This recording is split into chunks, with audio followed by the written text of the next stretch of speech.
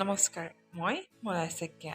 আজি এটা চিম্পল দাল ফ্ৰাই কেনেকৈ বনায় সেই পদ্ধতিটো দেখাবলৈ আপোনালোকৰ ওচৰলৈ দিলোঁ। আৰু এই আছে কুকাৰত অকণমান তেল দি তাত দুটা শুকান জলকীয়া আৰু কুটি থোৱা এটা পিঁয়াজ আৰু দুটামান গোটা জিৰা দি দিলোঁ। তাত কুটি থোৱা আদা নহৰুখিনি আমি কুটি ব্যৱহাৰ কৰিছোঁ, পিচি ব্যৱহাৰ কৰা নাই। আৰু দুটা কুটি থোৱা বিলাহী, এইখিনি আমি 2-3 মিনিটমান সময় ভালকৈ ভাজিম, কিয়নো আমি এইখিনি পিচি লোৱা নাই, সেইখিনি কুটি লৈছোঁ।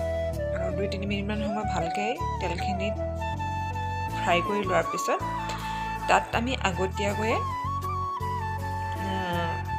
তিয়াই থোৱা মচুৰ দালি আৰু মগুৰ দালি আৰু বুট দালি, এই 3টা দাইল ব্যৱহাৰ কৰিছোঁ দাল ফ্ৰাইখিনি ব্যৱহাৰ কৰিবৰ কাৰণে। আৰু ইয়াত গোটা গুড়ি জিৰা আৰু কাশ্মীৰী মিশ্ৰি, লাল মিশ্ৰিটো ব্যৱহাৰ কৰিছোঁ।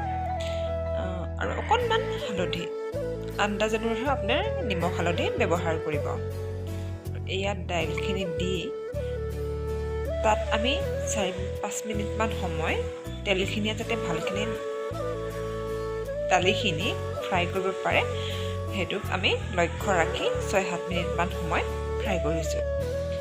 এনেদৰে দিয়াৰ পিছত এয়া চাওক, আমি দাইলখিনিয়ে ভালদৰে তেলখিনি যাতে শুহি ল'ব পাৰে আৰু তেলখিনি যাতে ফ্ৰাই কৰিব পাৰে সেইটো দি পেলাই তাত আমি গৰম পানীখিনি দি দিছোঁ। আৰু গৰম পানীখিনি আমি দাইলতকৈ 2 আঙুলমান ওপৰত দিছোঁ। লক্ষ্য আপোনালোকে আন্দাজ অনুসৰি এইখিনি দিব পাৰে। আৰু এইখিনি দিয়াৰ পিছত আমি 2টা চিটি মাৰি দাইলখিনি অফ কৰি দিয়াৰ পিছত এই আমাৰ সম্পূৰ্ণ ৰেচিপিটো। ধন্যবাদ আপোনালোকে চোৱাৰ বাবে।